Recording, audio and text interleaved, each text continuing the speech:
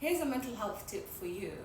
If you're struggling with receiving criticism, negative criticism, you're struggling to listen through a negative feedback that is being given to you by somebody else about you, this is for you.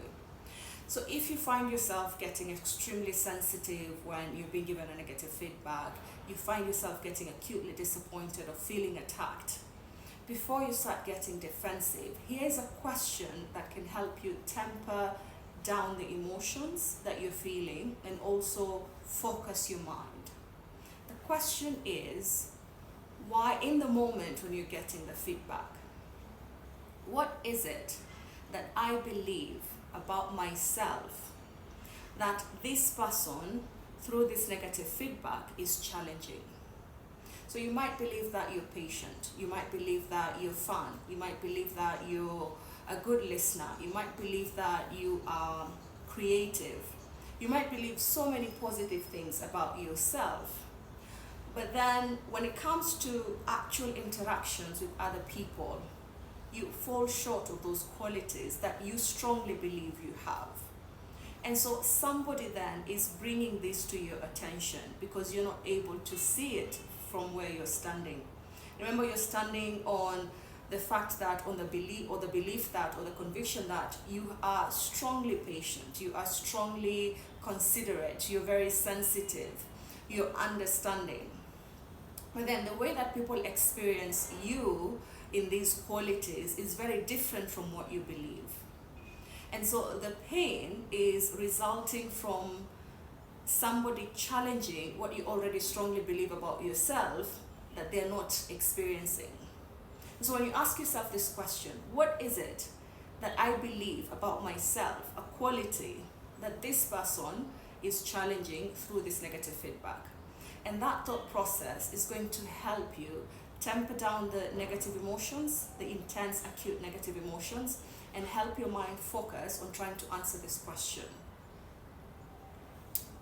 The challenge that a lot of us experience is that we are unable to sometimes separate who we think we are, which is the ideal version of ourselves.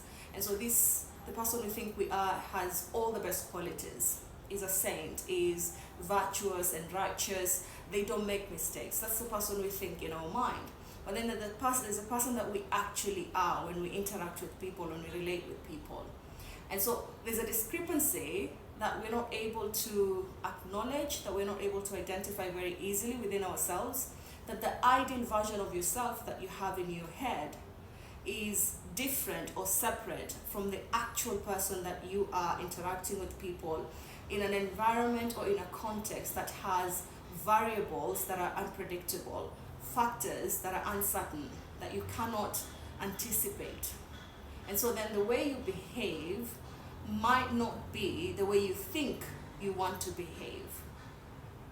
And so once you're able to start making sense of that, then you realize that there are qualities of yourself that you might judge wrongly because you don't see them. You just think them and you believe them that you have. But when it comes to actually showing them, you fall short of that. So other people see it. We call this the blind spot. Other people see it, but you don't see it. So when they're coming to you to tell you this as feedback, they're bringing it to your attention. They're bringing it to your field of vision. And it's important for you to pay attention to it and assess it, analyze it, examine it, so that you can see if it has any validity, if it is something that someone else has noticed, so is it reliable information from this person, and then make judgment from that. So that will help you become less defensive, and it will feel less as an attack and more as, oh, I'm bringing this to your attention. Have a look at it and see what you think. I hope this is going to be helpful for you. I'll repeat the question. What is it that the other person is challenging that I already strongly believe about myself? That's the question you want to have in your mind when you're getting negative feedback.